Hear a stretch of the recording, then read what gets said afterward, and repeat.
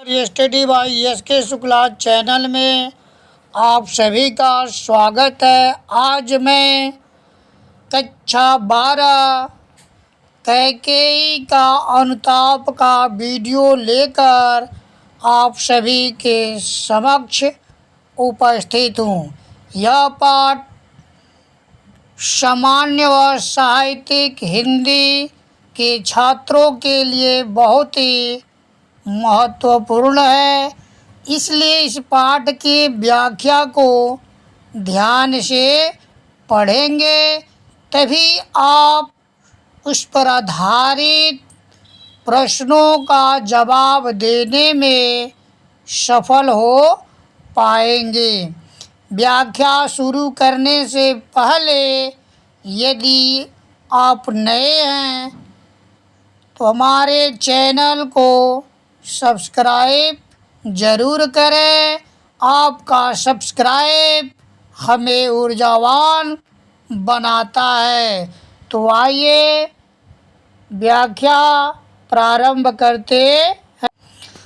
तदंतर बैठी सभा उठज के आगे, नीले वितान के तले दीप बहु जागे।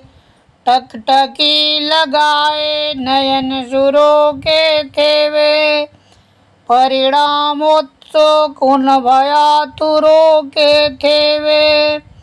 उत्फुल्ल करौंदी कुंज वायु रह रह कर,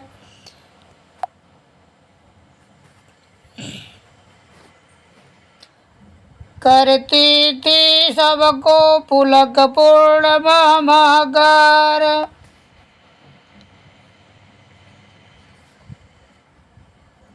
वह चंद्रलोकता कहाँ चांदनी वैसी, प्रभु बोले गिराग मेरा निध जैसी।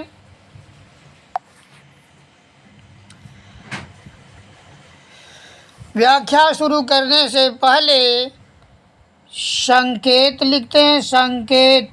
संकेत में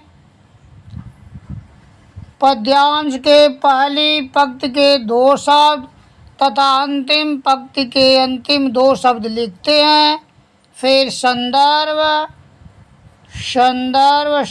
आप लिखेंगे।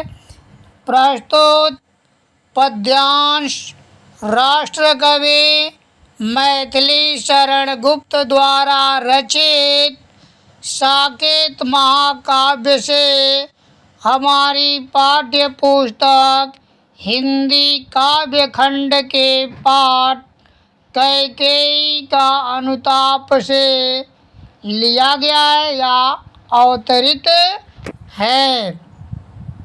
फिर प्रसंग में लिखेंगे। प्रस्तुत पद्यांश में उस समय का वर्णन किया गया है जब भरत जी अयोध्या वासियों के साथ राम को मनाने के लिए चित्रकूट पहुँचते हैं या जाते हैं।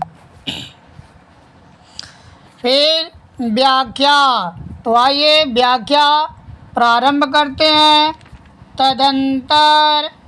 तदंतर इसके बाद बैठी सभा उठज के आगे, उठज यानी कुटिया के आगे यानी सामने, यानी श्री राम के कुटिया के सामने या झोपड़ी के सामने शाम के समय सभा बैठी। नीले वितान माने आकाश, नीले आसमान तले नन नीचे, नीले वितान नीले आसमान के नीचे दीप बहु जागे, दीपक बहु बहुत से जागे, जगमगाने लगे या जगमगा रहे थे। यानी नीले आसमान रूपी सामियाने के नीचे तारे रूपी दीपक जगमगा रहे थे। टकटकी लगाए नयन सूरों नयन नेत्र, सूरों देवताओं के थे वे। तारे रूपी दीपक देवताओं के नेत्रों के समान दिखाई दे रहे थे,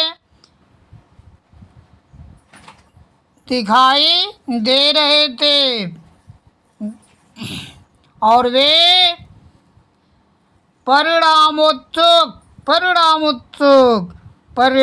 को जानने के लिए उत्सुक, भयातुरों के थे वे। भयातुर माने डर, भय, आतुर माने व्याकुल, भय से व्याकुल। देवतागण सभा के परिणाम को जानने के लिए भय से व्याकुल थे और अपने नेत्रों को अपलक सभा के परिणाम को जानने के लिए लगाए हुए थे। अपलक सभा के परिणाम को जानने के लिए भय से व्याकुल थे, क्योंकि राम और भरत दोनों देवताओं के लिए प्रिय थे। देवताओं को डर था कि राम कहीं भरत की बात मानकर अयोध्या वापस लौट न जाएं। अगर अयोध्या वापस लौट जाएंगे तो रावण का वध कौन करेगा, या राम कहीं भरत को ऐसा न कह दें जिससे भरत को दुख हो। इस बात को सोचकर देवतागण भयभीत थे और व्याकुल थे। उत्फुल्ल करौंदी, उत्फुल्ल खिले करौंदी कुंजन, करौंदी के वन से वायु रह रह कर, वायु हवा रह रह कर, रुक रुक कर करती थी सबको पुलकपूर्ण, पुलकपूर्ण माने पुलकित, रोमांचित, मह कर अपने सुगंध से। करौंदी के वन से खिले हुए सुगंधित फूलों के सुगंध को लेकर रह रह कर या रुक रुक कर हवा आ रही थी, और सभा में बैठे हुए सभी लोगों को पुलकित कर रही थी या रोमांचित कर रही थी। वह चंद्रलोक था, कहाँ चांदनी वैसी। चित्रकूट में जो चांदनी चारों तरफ फैली थी, वैसी चांदनी चंद्रलोक में भी नहीं था। इतना स्वच्छ वातावरण था, चारों तरफ चांदनी फैली हुई थी, जिसे देखकर ऐसा लग रहा था जैसे मानो वैसी सुंदरता चंद्रलोक में भी नहीं था। प्रभु बोले गिरा गंभीर नीर निधि जैसी। प्रभु बोले, ऐसे ही शांत वातावरण में नीर निधि यानी सागर समुद्र जैसी गंभीर, गिरा वाणी यानी प्रभु श्री राम समुद्र के समान गंभीर वाणी में बोले। गंभीर वाणी में समुद्र के समान बोले। काव्य सौंदर्य में, भाषा में शुद्ध साहित्य खड़ी बोली। रस शांत छंद सवया अलंकार उपमा रूपक उपमा रूपक।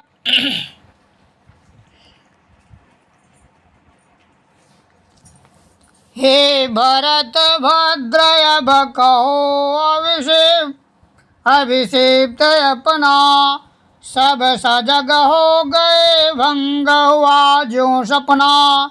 हे आर्य रहा क्या भरत अभिषेक अब भी मिल गया कंटक राज उसे जब तब भी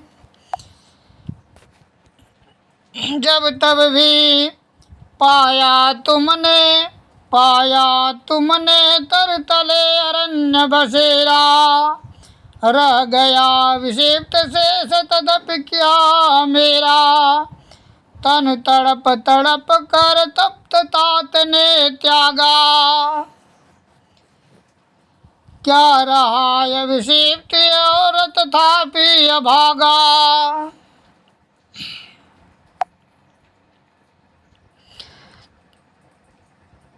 तथापि अभागा।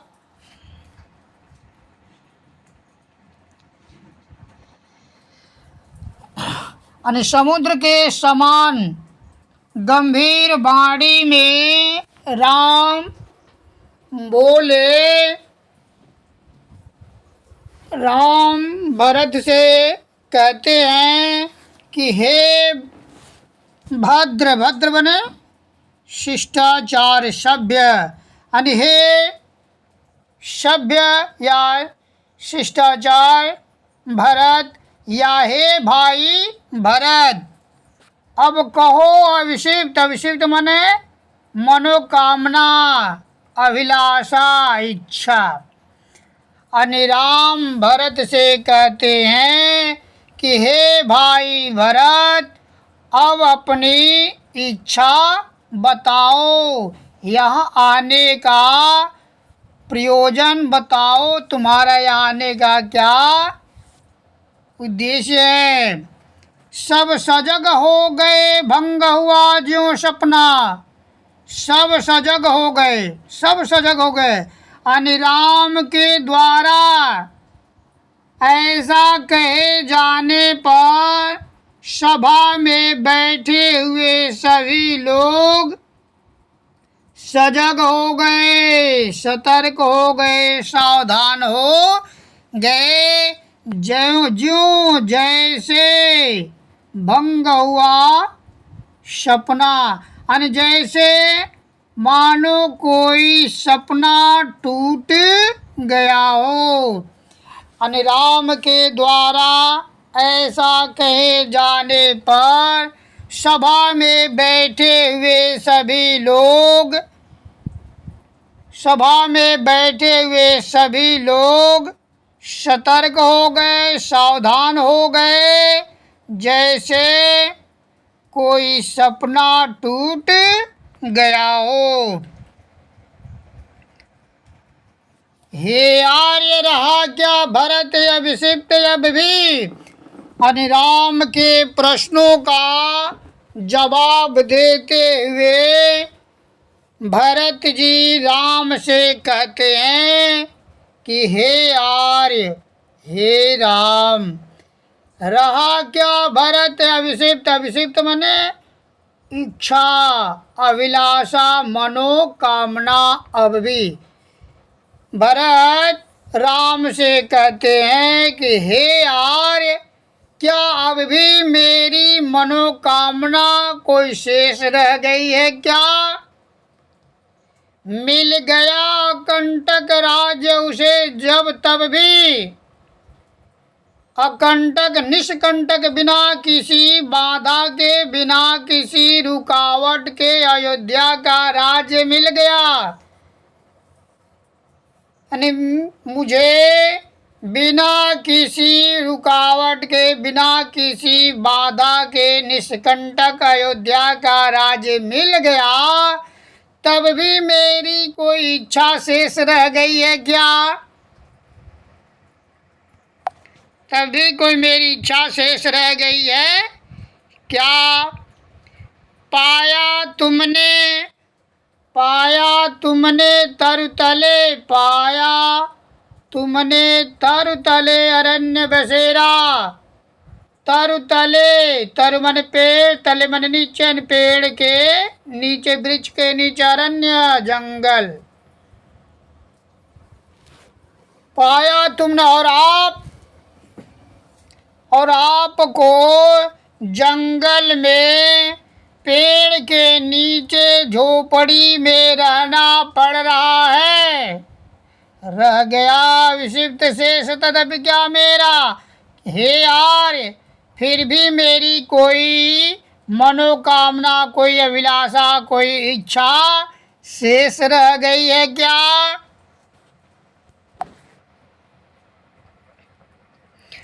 तनु तड़प तड़प कर तप्त तात ने त्यागा। क्या रहा विषिप्त और तथापि अभागा। अनि भरत जी राम से कहते हैं, तनु शरीर तड़प तड़प कर, तप्त दुखी, तप्त मतलब दुखी, तात अनेकार्थक शब्द। तात का अर्थ होता है श्रेष्ठ, तात का अर्थ होता है बेटा, तात का अर्थ होता है पिता। तो यहाँ पिता से आशय है। यानी दुखी पिता ने तड़प कर अपना शरीर त्यागा। क्या रहा विषिप्त और तथापि अभागा। हे राम, मुझ अभागे की फिर भी कोई मनोकामना शेष रह गई है क्या? अनि भरत जी राम से कहते हैं कि हे आर्य, आपके वन आ जाने के बाद आपके दुख से दुखी होकर पिता ने तड़प कर अपना प्राण त्याग दिया। क्या मुझ अभागे की अब भी कोई अभिलाषा, कोई इच्छा, कोई मनोकामना शेष रह गई है क्या? शेष रह गई है क्या? हाँ, इसी अयस के हेतु जनन था मेरा। हाँ, दुखी होते हुए भरत जी कहते हैं, हाँ, इसी अयस माने अपयस के हेतु माने कारण के लिए, जनन माने जन्म था मेरा। अनि भरत जी दुखी होते हुए कहते हैं कि क्या इसी अपयस के लिए मेरा जन्म हुआ था। निज जननी ही के हाथ हनन था मेरा। हनन माने मृत्यु, निज माने अपनी, जननी माने माता के हाथ, अपनी ही यानी जन्म देने वाली अपनी ही माँ के हाथ मेरा मृत्यु होना था। अब कौन अभिषिप्त और आर्य, वह किसका? अनि भरत जी राम से प्रश्न करते हुए पूछते हैं या कहते हैं कि हे आर्य, अब आप ही बता दो कि मेरी कौन सी अभिलाषा, कौन सी इच्छा या कौन सी मनोकामना शेष रह गई और किसका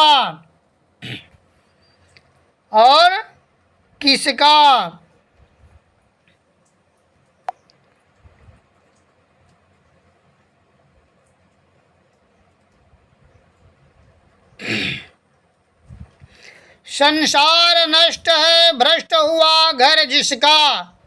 संसार नष्ट है भ्रष्ट हुआ घर जिसका। संसार नष्ट है, मेरा संसार नष्ट हो गया है। भ्रष्ट हुआ घर जिसका, और मेरा घर भी भ्रष्ट हो गया है। मुझसे मैंने ही आज स्वयं मुँह फेरा। मुझसे मैंने ही आज स्वयं मुँह फेरा। मैं भरत जी ग्लानि करते हुए, दुखी होते हुए कहते हैं कि मैं अपने आप से नज़र मिलाने में असमर्थ हूँ, मैं अपने आप से भी नज़र नहीं मिला पा रहा हूँ। हे आर्य बता दो तुम्ही अभिषिक्त मेरा। यानी भरत जी राम से कहते हैं कि हे आर्य बता दो तुम्ही अभिषिक्त मेरा। हे राम आप ही बता दो कि मेरी कौन सी अभिलाषा शेष रह गई है, कौन सी अभिलाषा शेष रह गई है। प्रभु ने भाई को पकड़ हृदय पर खींचा, प्रभु ने भाई को पकड़ हृदय पर खींचा। यानी भरत के द्वारा ऐसा कहे जाने पर श्री राम ने भरत को पकड़कर अपने हृदय से लगा लिया। यानी भरत के द्वारा ऐसा कहे जाने पर प्रभु श्री राम भरत को पकड़कर अपने हृदय से लगा लिया, अपने छाती से लगा लिया। रोदन जल से सविनोद उन्हें फिर सींचा और रोदन जल से यानी आंसू से विनोद के साथ उन्हें फिर सींचा। यानी प्रभु श्री राम भरत को पकड़कर अपने हृदय से लगा लेते, अपने गले से लगा लेते, अपने छाती से लगा लेते हैं और अपने अश्रु जल से विनोद के साथ उन्हें सींचते हैं। उसके आशय की था मिलेगी किसको, जनकर जननी ही जान न पाई जिसको सींचते हैं। और कहते हैं उसके आशय की था मिलेगी किसको। यानी श्री राम कहते हैं कि भरत के विशाल हृदय की था भला किसको हो सकता है, यानी कौन जान सकता है कि जनकर जन्म देकर जननी यानी माता ही जान न पाई जिसको। यानी जिसके विशाल हृदय की गहराई को जन्म देने वाली माता कैकेयी नहीं जान पाई, तो भला उसके हृदय की गहराई को अन्य या दूसरा कौन जान सकता है।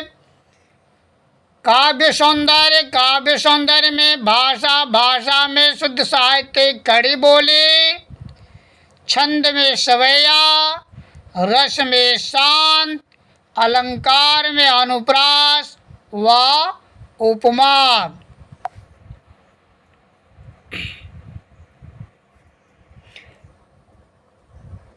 यह सच है तो अब लौट चलो तुम घर को। चौके सब सुनकर अटल कह के ईश्वर को, सबने रानी की ओर अचानक देखा, वैधव्य तुषार वृता यथा विधुलेखा। बैठी थी अचल तथापि असंख्य तरंगा,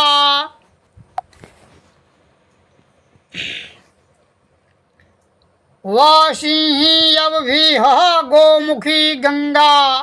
हा जनकर भी मैंने न भरत को जाना, सब सुन ले तुमने स्वयं अभी यह माना।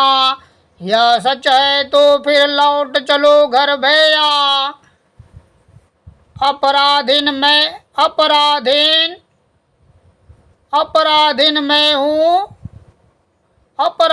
मैं हूँ तात तुम्हारी मैया।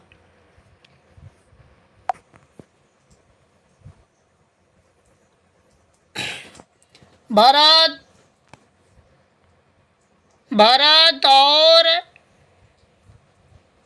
भरत और राम के वार्तालाप को सुनकर माता कैकेयी पश्चाताप करते हुए कहती हैं कि यह सच है तो अब लौट चलो तुम घर को।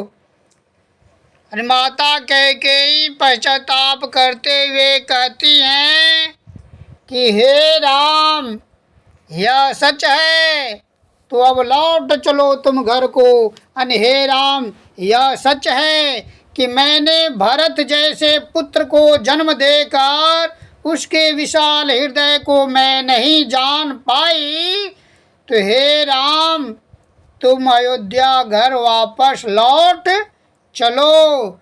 चौके सब सुनकर अटल कैकेयी स्वर को चौके आश्चर्यचकित, सब सुनकर अटल, अटल मन दृढ़, अटल दृढ़ स्थिर।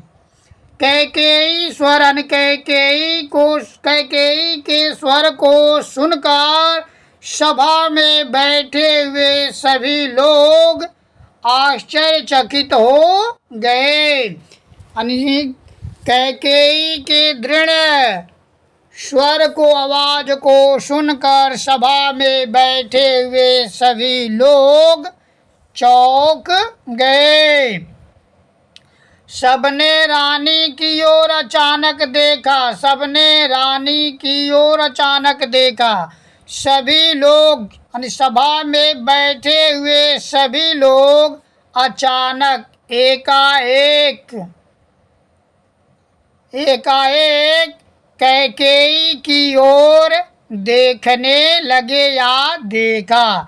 सभा में बैठे हुए सभी लोग एकाएक रानी कैकेयी की ओर देखा। वैधव्य तुषार वृता यथा विधु लेखा। वैधव्य तुषार वृता, वैधव्य बन विधवा, तुषार बन बर्फ, आवृता बन ढका हुआ, बर्फ से ढका हुआ, यथा बन जैसे, विधु मन चंद्रमा, लेखा मन किरण, चंद्र किरण। सबने देखा कि सफेद वस्त्र में कैकेयी विधवा के रूप में ऐसे दिखाई दे रही थी जैसे बर्फ से या बर्फ में ढका हुआ चंद्र किरण हो, चंद्रमा की किरण हो। बैठी थी अचल तथापि असंख्य तरंगा, बैठी थी अचल अचल स्थिर। बैठी थी यानी कैकेयी स्थिर एक जगह एक स्थान पर बैठी थी, तथापि फिर भी असंख्य तरंगा, अनेक प्रकार की लहरें, अनेक प्रकार के विचार उनके मन में उठ रहे थे। यानी माता कैकेयी स्थिर चुपचाप एक स्थान पर बैठी थी, फिर भी उनके मन में असंख्य लहरें उठ रही थी, अनेक प्रकार के विचार उनके मन में उठ रहे थे। वह सिंही अब भी गोमुखी गंगा, वह सिंही अनिवार्य शेरनी, सिंही शेरनी शेरनी की तरह दहाड़ने वाली, अब भी वह कैकेयी पहले शेरनी की तरह दहाड़ने वाली कैकेयी आज गोमुखी गंगा गोमुखी गंगा की तरह शीतल और शांत दिखाई दे रही है। शेरनी की तरह दहाड़ने वाली कैकेयी अब गोमुखी गंगा की तरह शीतल और शांत दिखाई दे रही है। हाँ, जनकर भी मैंने भरत को न जाना। अन कैकेयी कहती हैं कि हाँ, ये सही है कि हमने या मैंने जनकर मन जन्म देकर भी भरत को नहीं जान पाई। यानी मैं, यह सही है कि मैंने अपने पुत्र भरत को जन्म देकर भी उसके विशाल हृदय को, उसके हृदय की गहराई को मैं नहीं जान पाई। सब सुन ले, तुमने स्वयं अभी यह माना। यानी सभा में बैठे हुए लोगों को संबोधित करते हुए माता कैकेयी कहती हैं कि सभा में बैठे हुए सभी लोग ध्यान से सुन लें कि मैंने अपने पुत्र भरत को जन्म देकर उसके हृदय की विशालता को मैं नहीं जान पाई। तुमने स्वयं अभी यह माना हे राम, और तुमने भी अभी यह स्वीकार किया है, अभी यह माना है कि मैं अपने पुत्र को जन्म दी हूँ, लेकिन उसके हृदय की विशालता को मैं समझ नहीं पाई हूँ। यह सच है तो फिर लौट चलो घर भैया। अनि माता कैकेयी कहती हैं कि हे पुत्र राम, यदि यह सही है कि मैंने भरत को जन्म देकर उसके हृदय को नहीं जान पाई, तो हे पुत्र राम, तुम अयोध्या घर वापस लौट चलो। अपराधीन मैं हूँ, तात तुम्हारी मैया। अनि हे पुत्र राम, मैं तुम्हारी माता हूँ, मैं तुम्हारी अपराधीन हूँ, मुझसे अपराध हुआ है, मुझे क्षमा कर दो। तुम मेरे खातिर नहीं, तुम अपने भाई भरत के लिए अपने घर अयोध्या वापस लौट चलो। काव्य सौंदर्य में भाषा में शुद्ध साहित्य खड़ी बोले, छंद सवैया, रस शांत,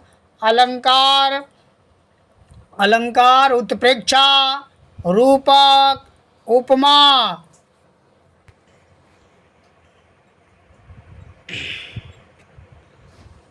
दुर्बलता का ही चिन्ह विशेष शपथ है, पर अबलाजन के लिए कौन सा पथ है। यदि मैं उकसाई गई भरत से हो, तो पति समान ही स्वयं पुत्र भी खोऊं। ठहरो मत रोको मुझे कहूँ सो सुन लो, पाओ यदि इसमें सार उसे सब चुन लो। करके पहाड़ सा पाप मौन रह जाओ, राई भर भी अनुताप न करने पाओ। थी सन छत्र शशि निशाओ टपकाती, रोती थी निरव सभा हृदय थपकाती। दुर्बलता का ही चिन्ह विशेष शपथ है। अनि माता कैकेयी कहती हैं कि दुर्बलता का ही चिन्ह विशेष शपथ है। दुर्बलता ने कमजोरी, अनि अपनी बात को कसम खाकर कहना कमजोरी का एक विशेष प्रमाण है। माता कैकेयी कहती हैं कि अपनी बात को मानने के लिए शपथ सौगंध खाकर कहना कमजोरी का प्रमाण है, प्रतीक है। पर लेकिन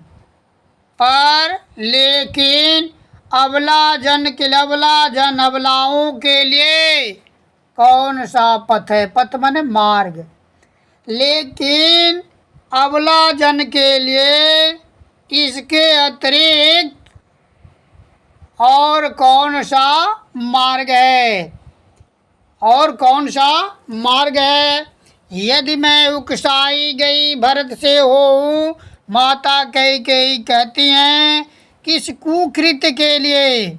यदि मैं अपने पुत्र भरत के द्वारा उकसाई गई होऊं, या कोई यह सिद्ध कर दे कि ऐसा कुकृत्य करने के लिए मुझे भरत ने उकसाया, तो पति समान ही स्वयं पुत्र भी खोऊं।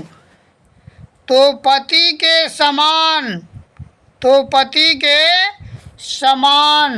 अपने पुत्र को भी मैं खो दूं।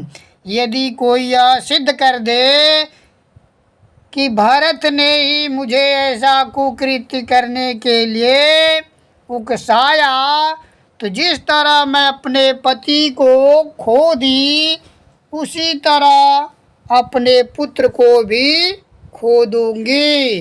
ठहरो, मत रोको, मुझे कहूँ सो सुन लो। ठहरो, अन्य सभा में बैठे हुए सभी लोगों को सावधान करते हुए माता कैकेयी कहती हैं कि आज मुझे मत रोको, मैं जो कहूँ उसे सुनो। पाओ यदि उसमें सार, उसे सब चुन लो। और यदि मेरे द्वारा जो बात कही जाए, सार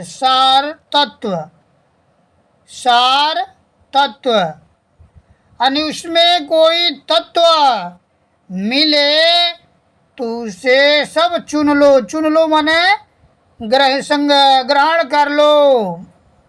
यदि उसमें कोई सार हो, यदि मेरे द्वारा जो कुछ कहा जाए और उसमें तत्व हो, तो उसे चुन लो, उसे ग्रहण कर लो, अन्यथा उसे ज्यों का त्यों छोड़कर आगे बढ़ जाओ। करके पहाड़ सा पाप मौन रह जाऊं। माता कैकेयी कहती हैं कि पहाड़ के समान पाप करके मौन शांत रह जाऊं। माता कैकेयी कहती हैं कि पहाड़ के समान पाप करके शांत रह जाऊं। राई भर भी, राई माने राई सरसों छोटा थोड़ा सा भी अनुताप मतलब होता है पश्चाताप, ना नहीं करने पाऊं। पहाड़ के समान पाप करके शांत रह जाऊं, थोड़ा भी पश्चाताप न करने पाऊं, यह संभव नहीं है। थी स नक्षत्र शश निशाहोश टपकाती। थी स नक्षत्र माने नक्षत्रों से युक्त, तारों से युक्त। शश माने चंद्रमा, निशा माने रात, चांदनी रात, नक्षत्रों से जड़ी चांदनी रात थी। ओश टपकाते चांदनी रात में ओश की बूंदें टपक रही थी। जब माता कैकेयी पश्चाताप कर रही थी, उस समय तारों जड़ित चांदनी रात थी और ओश के कणों के रूप में आंसू की वर्षा कर रही थी। रोती थी नीरव सभा, नीरव शांत ध्वनि रहित, नीरव रोती थी नीरव सभा, हृदय तपकाती। और शांत वातावरण में सभा अपने हृदय को तपकाते हुए, तपकी देते हुए रो रहे थे। उल्का सी रानी दिशा दीप्त करती थी। उल्का सी यानी टूटे हुए तारे के समान,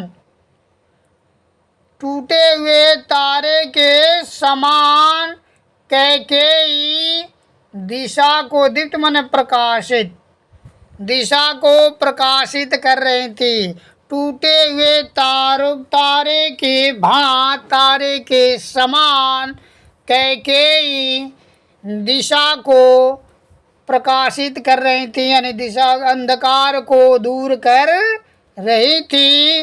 सब में भय, विस्मय और खेद भरती थी। यानी कैकेयी सभा में बैठे हुए लोगों में एक ही साथ भय, विस्मय, आश्चर्य और खेद, दुख भर रही थी। क्या कर सकती थी मरी मंथरा दासी? माता कैकेयी कहती हैं कि मरी मंथरा दास यानी मरी हुई मंथरा क्या कर सकती थी? यानी मंथरा में इतनी शक्ति नहीं थी जो मेरे मन को परिवर्तित कर सके। मेरा ही मन रह सका न निज विश्वासी, निज मने अपना, यानी मेरा मन ही अविश्वासी हो गया था। मेरे मन को विश्वास ही नहीं था। यानी मंथरा में इतनी शक्ति नहीं थी कि जो मेरे मन को परिवर्तित कर सके, बदल सके। मेरा मन ही विश्वासी नहीं रह गया था।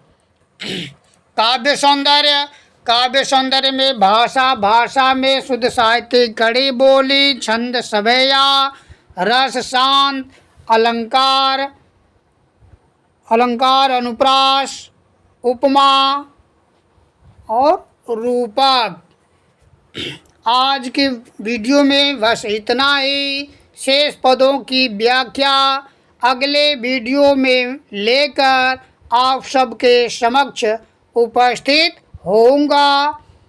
तब तक के लिए धन्यवाद।